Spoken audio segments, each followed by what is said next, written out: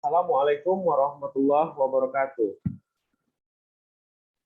Waalaikumsalam warahmatullahi wabarakatuh. Hari ini kita akan melanjutkan materi kita tentang hikayat, karena masih ada beberapa yang saya sudah selesaikan. Suaranya tolong diinikan dulu, nak, di silent kan. Oke ya. Jadi minggu lalu kita sudah bisa dilihat. Sudah, Pak. Oke ya. Yang pertama, karakteristik dari hikayat ini kemustahilan, tidak logis dia, nak, tidak masuk akal ceritanya. Kan seperti saya ceritakan minggu lalu tentang Indra Bangsawan. Hikayat Indra Bangsawan, bayi lahir disertai pedang dan panah, atau seorang putri keluar dari gendang. Logikanya kan nggak masuk. Apa mungkin bayi bisa lahir disertai pedang dengan panah? Itu bagaimana perut ibunya? Pasti hancur kan? Nah, maka salah satu karakteristik dari hikayat ini kemustahilan. Yang kedua, anonim. Tidak diketahui jelas siapa nama pencerita atau pengarangnya. Itu kisah hikayat itu. Yang ketiga, menceritakan tentang kesaktian. Jadi di sini saya contohkan, yaitu raksasa memberi sarung kesaktian untuk mengubah wujud dan kuda hijau. Sampai hari ini ada kita lihat kuda hijau yang sakti. Tahu kesaktian, nak? Tahu, Pak. Kayak seperti cerita Sang Kuryang itu, atau Gunung Tangkuban Perahu, yang dia sepak itu perahunya bisa jadi gunung. Nah, setelah itu Candi Borobudur dibangun hanya dalam 1 malam gitu. Kalau nggak salah Candi Borobudur ya, atau ya yang jelas dia kesaktian yang masih berkaitan dengan di luar nalar ini. Oke, lanjut. Istana sentris. Jadi kisahnya berkaitan dengan kerajaan, atau yang diceritakan itu raja dan anak raja, bisa juga. Selanjutnya ada arkais, atau bahasa yang digunakan sudah lampau atau jarang dipakai, bahkan tak dipakai lagi pada zaman saat ini. Seperti kata-kata hatta. Hatta ini selanjutnya. Maka. Hatta ini juga bisa maka, juga bisa titah. Ada kita dengar kata-kata titah. Titah ini perintah. Upeti. Upeti ini udah jarang digunakan. Bejana. Bejana ini kalau kita bahasanya sekarang seperti baskom ya. Tahu baskom? Tahu, Pak. Nah, ini dulu bejana dia. Nah, jadi inilah karakteristik dari hikayat. Ada 5. Ada pertanyaan? Tidak, Pak. Oke, kita lanjut ya. Jadi di dalam hikayat ini juga ada nilai. Yang pertama yaitu nilai sosial, yaitu diajarkan untuk berbagi atau membantu orang lain. Yang jelas nilai yang menyangkut kepada kemasyarakatan sesama manusia. Yang kedua itu nilai budaya. Kebetulan Indra Bangsawan ini, karena hikayat ini berasal dari Melayu, maka diangkat budaya Melayu di sini, atau kebiasaan masyarakat pada saat itu.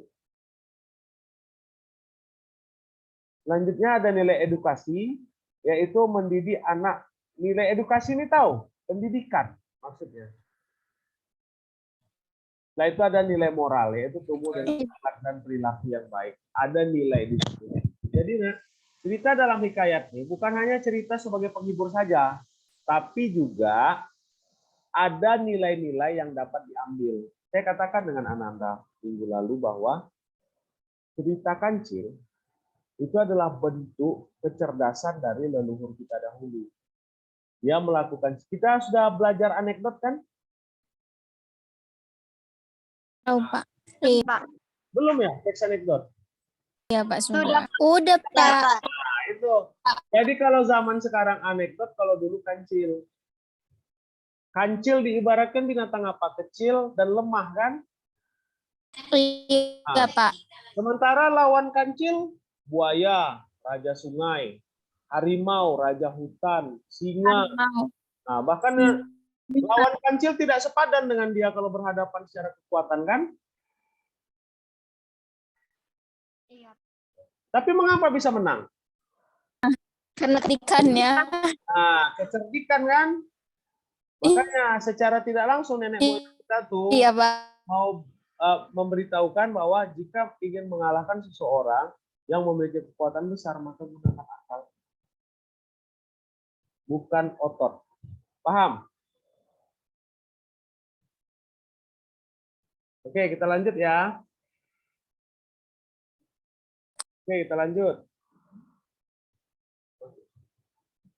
Oke, ini ada struktur. Tahu struktur? Maksud dari struktur? Apa? Oke, lihat.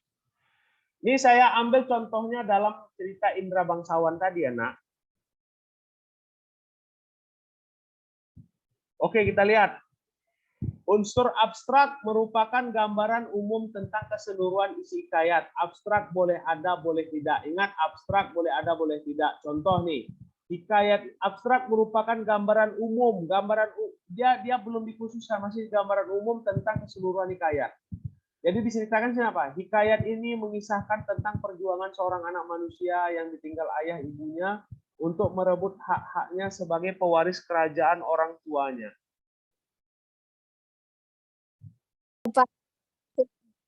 Gimana? Udah kayak kesimpulan ya, Pak. Udah kayak kesimpulan, tapi dia secara umum. Nah, tapi secara khusus kan tidak dijelaskan bagaimana cara dia merebut hak-haknya. Tentu kan ada upaya, ada cara dia dalam merebut. Jadi ini semacam gambaran umum dari cerita itu saja.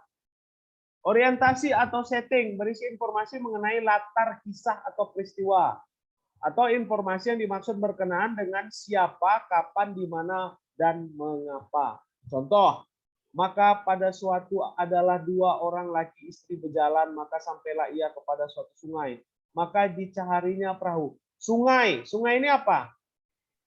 Latar tempat, Pak. Latar tempat. Maka pada suatu hari sebenarnya ini adalah dua orang laki istri berjalan. Mengapa dia sedang Jalan. Maka sampailah ia kepada suatu sungai, latarnya. Maka dicarinya perahu hendak menyeberang.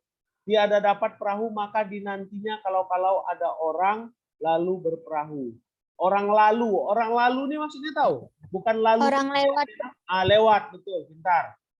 Itu pun tiada juga ada lalu perahu orang. Berarti itu pun tidak ada juga perahu orang yang lewat. Paham? Paham. Jadi orientasi ini kata kuncinya apa? Latar kisah atau peristiwa itu. Berlatar apa? Latar itu kan ada tempat, waktu, dan suasana. Bentar. Lanjut ke bagian komplikasi berisi rangkaian peristiwa yang disusun secara kronologis. Menurut urutan waktu yang meliputi kejadian tokoh utama. Contohnya mana? Di sini apa kata kuncinya? Yang disusun secara kronologis. Oke, nih kita pegang dulu secara kronologis. Menurut urutan waktu. Berarti urutan waktunya harus sinkron kan? Dari pagi, siang, sama malam. Jadi di sini, maka ada pula seorang bedawi duduk di seberang sana sungai itu. Maka kata orang itu, hai Tuhan hamba, seberangkan apalah kiranya hamba kedua ini, karena hamba tiada dapat berenang. Sungai ini tidak tahu dalam dangkalnya. Setelah didengar oleh bedawi kata orang tua bungsu itu, dan setelah dilihatnya perempuan itu baik rupanya, maka orang bedawi itu pun sukalah dan berkata di dalam hatinya, untunglah sekali ini. Mana dia kronologisnya? Nih, dia melihat duduk di seberang sungai. Selanjutnya apa? Dia kan belum bisa menyeberang. Dia memohon ini kan tahap-tahapnya untuk menyeberang. Nah, minta seberangkan. Setelah itu apa? Baru mau dia menyeberangkan. Yang jelas dia bukan nyeberang dulu baru minta menyeberang. Paham? Urutannya itu jelas. Paham, Pak. Oh iya, paham, Pak. Kamu pakai baju. Pakai baju nih kamu di luar bagaimana? Oh, kalau pakai baju orang beda-beda ya. Ada yang Ambilnya dulu. ambil dari lemari, dipakaikan bajunya. Apa mungkin dipasang kancing dulu baru pasang baju? Enggak, Pak. Nggak mungkin kan? Nah itu. Maka dia ada step-stepnya seperti ini. Lanjut. Resolusi berisi pernyataan kesimpulan mengenai rangkaian peristiwa yang telah diceritakan sebelumnya. Oke, kata kuncinya apa? Berisi kesimpulan mengenai rangkaian peristiwa yang telah diceritakan sebelumnya. Oke, di sini contohnya kesimpulan, dia berisi kesimpulan ya. Lalu didera oleh Masyadul Haq akan bedawi itu dengan perempuan celaka itu suatu sekali. Kemudian maka disuruhnya taubat. Lalu didera, dera ini tahu? Didera. Halo? Didera ini lebih tepatnya disiksa ya nak. Akan bedawi. Macet ya nak, sorry ya. Biasa. Jadi Iya, Pak. Oke, kita lanjut lagi ya. Kita sampai tadi di resolusi. Oke, kita lihat resolusi berisi kesimpulan mengenai rangkaian peristiwa. Kebetulan ini rangkaian peristiwanya pas si perempuan ini didera. Didera itu maksudnya disiksa, nah, ya, dipukul. Berarti dia melakukan satu kesalahan. Kemudian maka disuruhnya taubat bedawi itu. Janganlah lagi ia berbuat pekerjaan demikian itu. Maka bertambah-tambah masyhurlah arif bijaksana Masyhadul Haq. Jadi kesimpulannya apa? Si Masyhadul Haq ini saya pun agak gimana ya, agak bingung juga nih Masyhadul Haq ini apa. Mungkin kalau saya lihat di sini kisahnya nih hakim yang adil, paham? Paham, Pak. Karena hak ini kalau dalam bahasa Melayu ini kan banyak mengambil dari bahasa Arab juga. Nah, kalau hak ini dalam bahasa Arabnya yang benar, sesuatu yang benar. Berarti ini mungkin pengadil, kalau bahasa Melayu pengadil, kalau kita bahasanya hakim. Oke, koda merupakan kata-kata penutup yang berfungsi sebagai kesimpulan. Hampir mirip dengan abstrak, tapi ada pesan yang dimasukkan. Ada pesan yang dimasukkan dalam abstrak ini? Tidak kan? Hanya menceritakan umum kan, tapi kalau koda, dia ada pesan yang disampaikan. Demikianlah nasib damai seorang yang gigih di dalam perjuangannya. Nih, seorang yang gigih di dalam perjuangannya. Apabila dilakukan dengan sungguh-sungguh, maka Tuhan pun akan mengabulkannya, yang juga memiliki arti penting bagi kehidupan orang itu. Bedanya, kalau abstrak, dia gambaran secara umum, tapi tidak ada pesan. Sementara kalau koda, dia sudah berupa kesimpulan dan ada pesan di situ. Tapi ingat, abstrak ini boleh ada, boleh Tidak. Tidak. Oke, kita lanjut. Syarat merekonstruksi teks hikayat. Nah, jadi ada syaratnya. Yang pertama itu, sebelum kamu memulai menulis teks hikayat, menuliskan sebelum, yaitu cerita ini ditulis ulang oleh kamu buat itu dulu.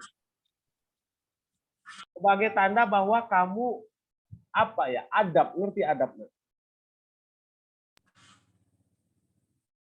Adab tuh kalau kita adab itu kalau kita masuk rumah kita harus mengucap salam. Isi dulu, Pak, gitu. Jadi ini menulis cerita ini dibuat ini ditulis ulang ini maksudnya apa? Ya, menghormatilah. Jadi kamu buat misalnya tentang tadi Indra Bangsawan ditulis ulang oleh si Badu gitu. Harus kamu buat karena kalau kamu buat itu karangan kamu udah jelas hikayat dikatakan apa?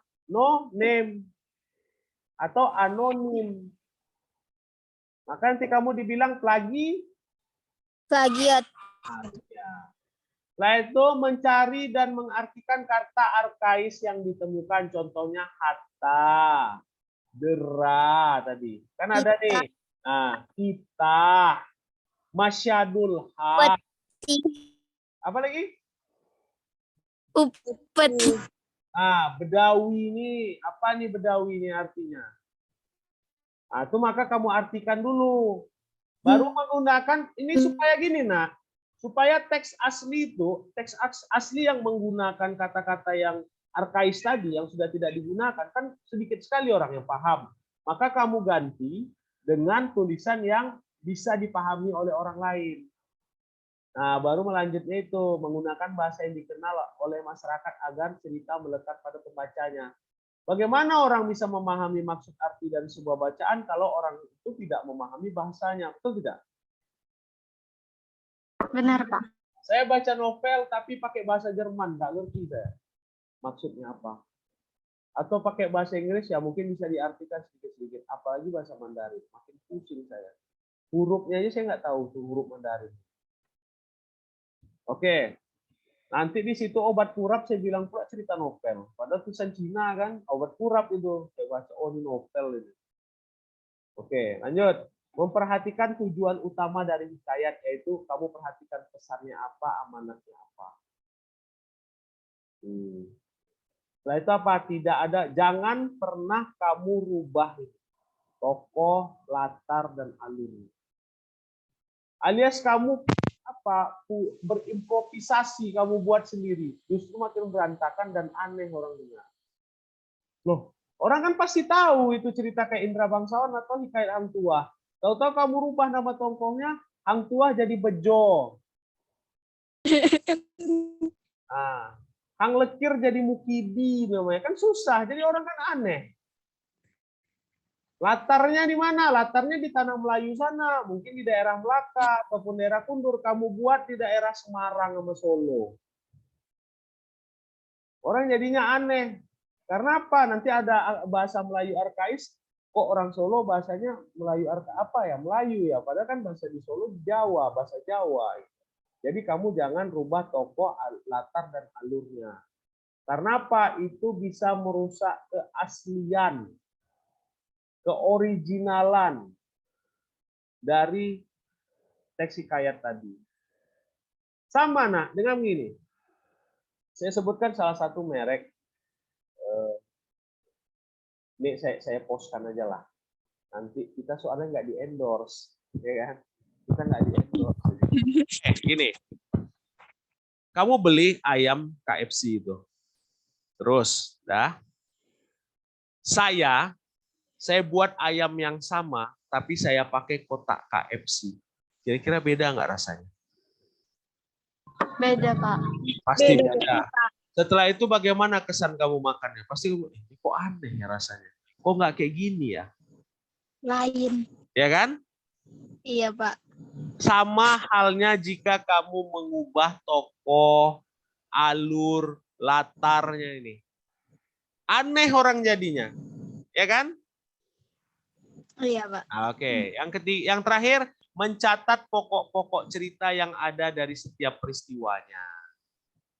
Kamu buat seperti ini aja. Misalnya kejadian pertama, dia berjumpa dengan temannya. Kejadian kedua melawan raja, misalnya.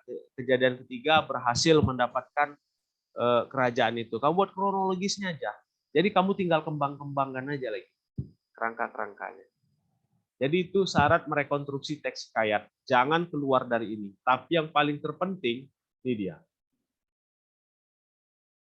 Jangan ada perubahan tokoh, latar, dan alur. Kalau kamu ubah ini, berubahlah cerita. Paham? Paham, Pak. Iya, paham. Jauh ini ada pertanyaan? Pak, saya, Pak.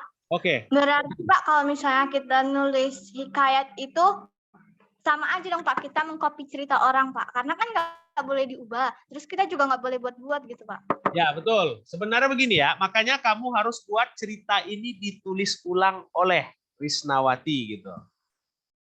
Nah, kamu tuh sebenarnya mengcopy, tetapi kamu ubah dari teks aslinya yang menggunakan bahasa Melayu yang orang tidak paham menjadi bahasa yang sekarang biasa orang pahami. Nah, itu maksudnya. Paham ya? Paham, Pak. Nah, karena kan kalau saya paham masih pakai bahasa Melayu lama, saya masih paham karena saya orang Melayu. Coba misalnya, nih maksudnya bukan sufisme ya. Coba misalnya orang teks hikayat asli berbahasa Melayu dibaca oleh misalnya orang Batak lah contohnya. Kan nggak paham kan, karena bahasanya kan sudah berbeda.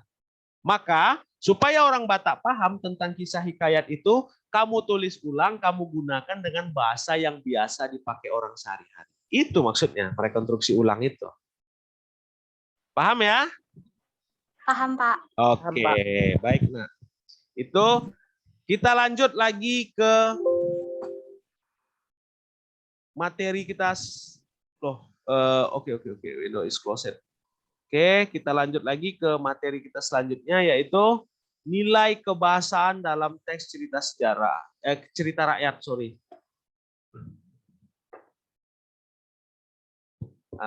Oke, bisa dilihat? Belum, Pak. Masih loading ya? Oke, ini ada.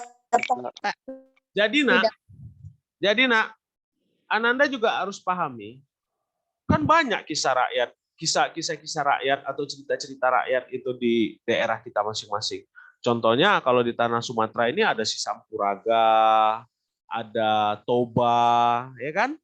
Kisah Toba, legendanya Toba itu Danau Toba. Udah itu ada legenda Putri Hijau. Ada apa lagi? Banyaklah. Pak Belalang. Nah, ada cerita Pak Belalang, ya macam-macam lah. Kalau kami di Riau tuh ada Hang Tuah, ada Putri Tujuh, banyak nak. Itu cerita yang termasyur. Kalau di Sumatera Barat kita tahu tuh Maling Kundang, ya kan? Tahu Maling Kundang kan? Kurang lebih Maling Kundang dan Sampuraga hampir sama ceritanya kan, yang menceritakan tentang anak durhaka kan. Iya, Pak. Iya, Pak. Jadi zaman dulu nenek moyang kita tuh memberi pelajaran atau amanat kepada anak, jangan melawan orang tua, jangan durhaka. Ya melalui cerita. Itu biasa cerita tuh diceritakan pengantar tidur. Nah, kalau tidak pun tengah duduk-duduk sama anaknya, sama keturunannya, dia ceritalah tentang itu. Makanya tidak ada dibukukan. Tidak ada ditulis. Biasanya dari mulut ke mulut cerita rakyat itu. Dan dipahami. Nah, paham? Oke, kita masuk dulu ya. Hari ini misi kita yang harus kita selesaikan. Bentar ya. Yang pertama itu perbandingan nilai dan kebahasan dalam cerita rakyat serta cerpen. Apa bedanya cerita rakyat, nilai dan kebahasaannya dengan cerpen? Tentu ada perbedaan kan begitu. Tapi sekarang sudah. Ya? Apa nak? Gimana? Oh, tadi siapa yang ngomong tadi? Saya kira ada pertanyaan, sorry. Jadi di sini kita akan membandingkan nilai dan kebahasan dari cerita rakyat sama cerpen. Apa sih bedanya gitu. Setelah itu kita konversi cerita rakyat dalam bentuk cerpen. Cerita rakyat itu kita buat dalam bentuk cerpen. Dengan memperhatikan isi dan nilai lisan serta tulisannya. Dia tidak boleh keluar dari itu. Yang pertama itu kita akan mengidentifikasi karakteristik cerita rakyat. Apa karakteristik cerita rakyat? Hikayat itu kan cerita rakyat, nah. Cerita rakyat itu. Iya, Pak. Cerita rakyat tuh atau folklore itu tuh cerita yang berkembang di masyarakat secara turun-temurun. Nah, jadi ceritanya tuh ya tidak jauh atau tidak lari dari tentang ya kemustahilan, kesaktian, macam-macam itulah. Legenda tentang sesuatu. Kalau secara logika kan nggak masuk akal. Kalau secara logika kan nggak masuk akal Danau Toba itu terbentuk dari anak ikan mas gitu kan, banjir kan secara logika nggak masuk akal. Sudah itu kayak cerita, apalagi ada dari cerita kamu di daerah kamu hikayat gitu, cerita rakyat lah, nggak usah hikayat, cerita rakyat tentang asal mula sesuatu, legenda. Nah, oke lah, kita lihat ini.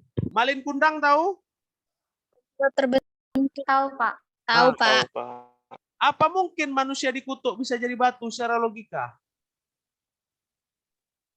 Enggak, Pak.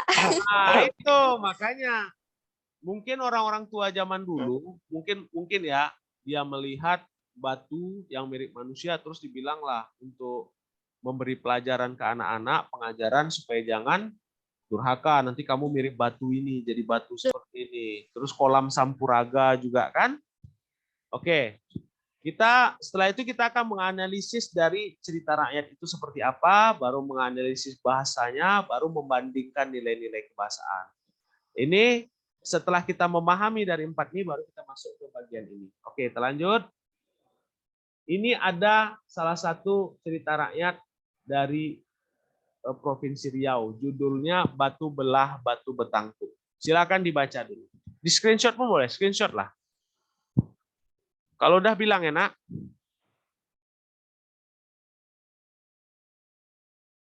Kalau udah selesai baca bilang ya.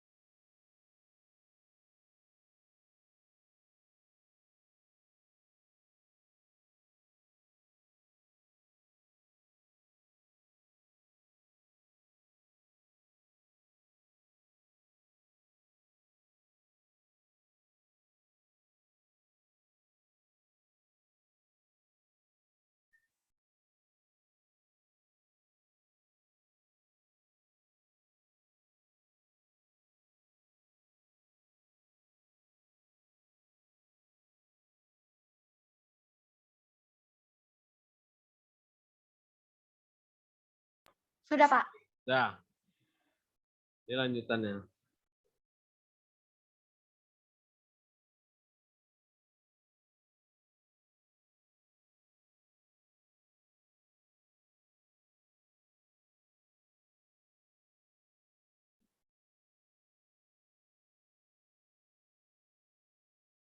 Ini rajin ya, bukan rajing.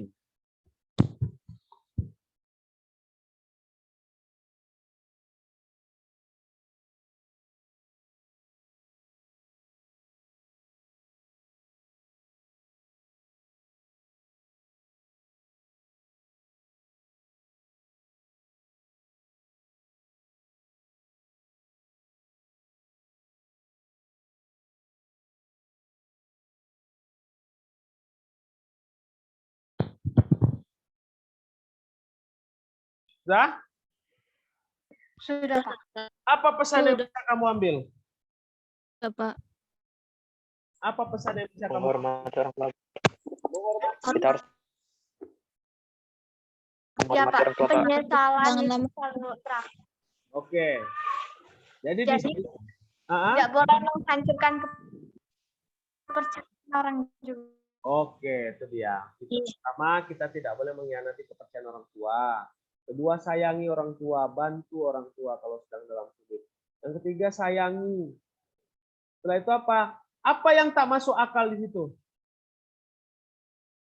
Iklan buat batang kebu. Batu Betangkuk makan. Batu Betangkuk itu kan batu yang bisa bicara kan? Oke, kita lihat cerita rakyat itu apa yang dimaksud dengan cerita rakyat?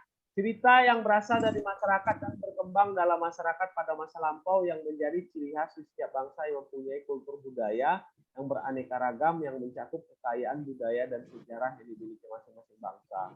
Jadi maksud cerita rakyat ini bukan hanya ada di Indonesia, nak, di Inggris pun ada cerita rakyat tentang Raja Arthur.